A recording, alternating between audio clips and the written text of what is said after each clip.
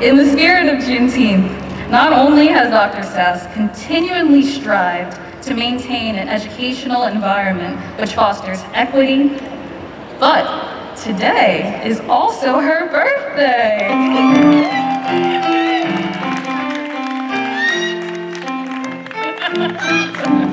We got some surprise in the crowd.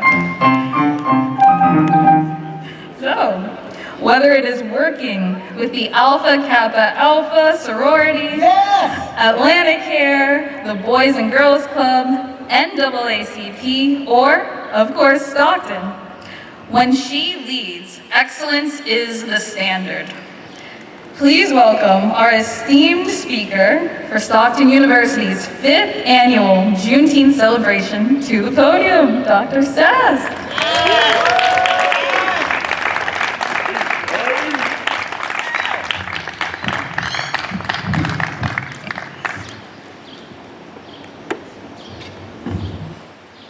Thank you for the kind introduction. I am going to ask for a word of prayer with all of the drip things that I still have going on after the pollen, but I am going to trust God that I'm going to be able to get all of this out without having to do the water, so we shall see. So thank you all for being here, first of all, and thank you so much for the kind introduction. Please give it up one more time for our soloist. Wasn't she? Thank you. And so I don't want you to be out in the sun too long, so I have some remarks that I want to share, and I'm going to be reading because I do not want to leave anything out. And I'm asking for your full attention, young and seasoned. And you're going to have to do a little bit of math calculations in your mind. So my reflection is entitled, A Day of Freedom Except. A Day of Freedom Except. So today we celebrate Juneteenth, which also happens to be the date of my birth. I was born 100 years to the day of this historic event, also known as Freedom Day, Emancipation Day, Jubilee Day, Cell Liberation Day, and the Black 4th of July. Our history records, they outline the abolishment of slavery, which actually took place on January 31st, 1865. Remember, there were no cell phones, no Facebook, no Instagram to spread the news. There were newspapers, but guess what?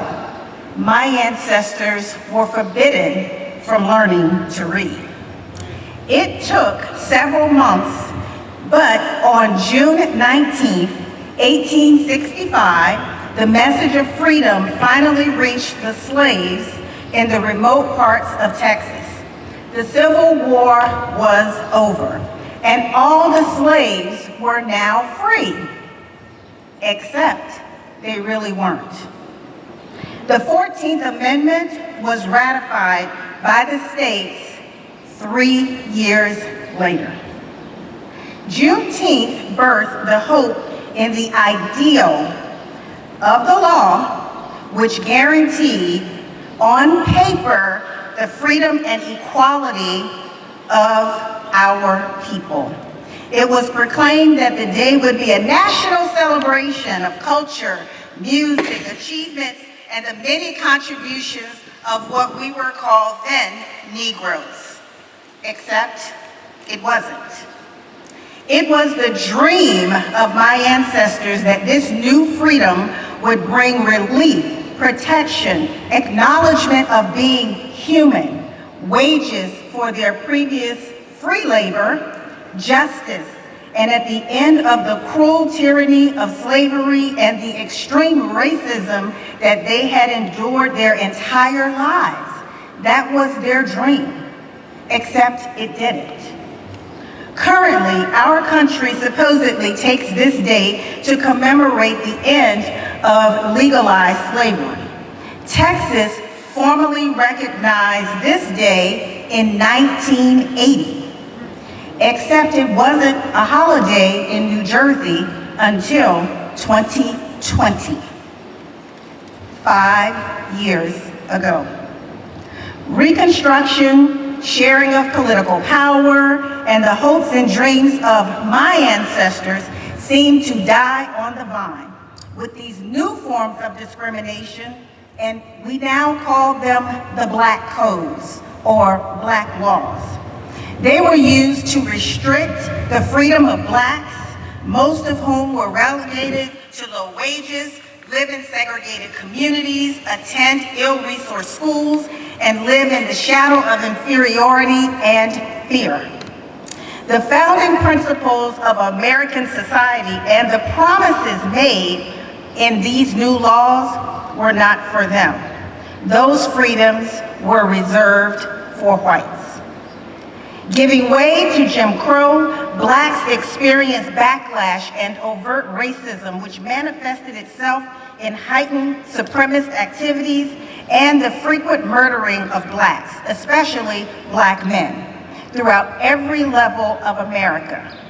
Even the most educated and successful Blacks, including doctors, lawyers, and other professionals, were lynched, killed, or constantly reminded that any freedom that they had could be taken away like that, including their very lives if someone white decided to do so. They lived in constant fear simply because they were born Black. They looked like me. They looked like my husband. They looked like my son. I am but one of the products, beneficiaries and responsible keepers of the flame for those who came before me. Dear ancestors, I understand my assignment. It was the hope of my, thank you. It was the hope of my Black ancestors that America would make good on its penned sacred national values.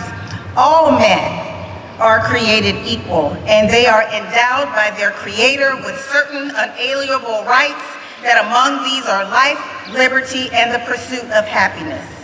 Except the hope of 1865, of 1965, and I would say of 2025, are yet to be fully realized, and we are reminded yet again and again that we have such a long way to achieve equality. Question: has the road ahead gotten longer or shorter towards equality since 1965, which was 100 years to the day? Whatever your answer, I challenge you to go beyond your own experiences and examine the facts. This is what education does. It opens our minds, not to rhetoric, but to think critically, to examine data and facts, and to look for trusted resources from multiple perspectives. If access to education is restricted, if civil rights are stripped, if laws are ignored, abandoned, or changed, and if the law and order rhetoric is only used when it serves the purposes of power and control, can we, with a clear conscience, opine that the road is getting shorter? Some can do that, but my heart and my moral compass does not allow me to ignore our current reality. Juneteenth is usually filled with lively celebrations in the forms of festivals, parades, thank you Beverly, local bands playing, storytelling, and yes, food, and we have plenty of that. Except this year feels different. It feels different to me. There's a lot more tension in the air. Celebrations around the country have canceled their Juneteenth celebrations or rolled back. It was on the front page of the Atlantic City Press today. Some out of fear, and some do not want to face the consequences of speaking up about our holiday. Perhaps my parents had this feeling of unease in the year of my birth, which was also just 1 year after the passage of the Civil Rights Act. There was a lot of tension in the year. 1965 was a year of many highs, with the passing of the Voting Rights Act, and then lows. Bloody Sunday, the assassination of Malcolm X. And there are more. And if you come to Stockton or you're already at Stockton, you can learn all about this in our Africana Studies program. Shameless plug. That was then, and this is now. And yet, here we are. Many numbed by the mass and targeted shootings. Cars used as weapons to maim and to kill by driving into crowds. Ringing doorbells and assassinating and killing elected officials. I could go on. Many are feeling like the seemingly endless, blatant acts flooding our news feeds over several years have seemingly escalated and reached a tipping point during recent months. Violence makes the headlines. It ebbs and it flows depending on what other news there is of today. So we are constantly bombarded in our news feeds with posts up-to-the-minute breaking news on our devices, in our hands, and on our computer screens. But are we moved, or do we just keep scrolling? Are our senses dulled, or is it that our mental capacity for violence and hate just overloaded? In many acts of violence against Blacks and other forms of discrimination, people, they've always been here. When my feisty, self-sufficient, sharp-witted 98-year-old grandmother reminded me that the things that we are experiencing now are much better than they used to be, I'm going to tell you the truth. I struggle. I struggle with the very irony of being grateful for something that is as basic as freedom. That is said to be mine and afforded to all people. But, you know, if I would just work a little harder, if we would just try just a little bit harder and pull ourselves up by our proverbial bootstraps, things would be better. Now, I recognize and I wholly support the power of self-determination and self-efficacy. But I also recognize that there were and still are very real historical and systemic issues that continue to plague our communities to this day. It is the personification of being and experiencing more than one thing at the same time. It's called double conscientiousness.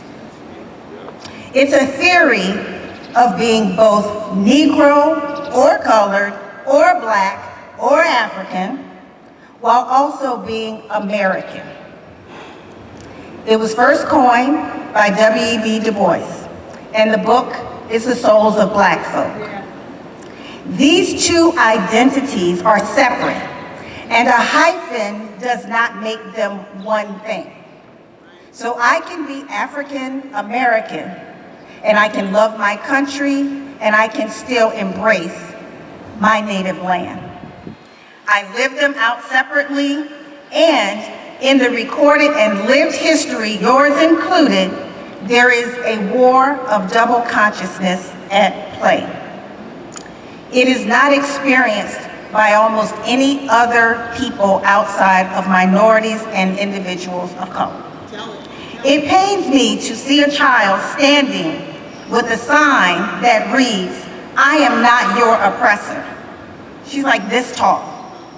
"I am not your oppressor," which is part of a movement to shield the next generation from the truth.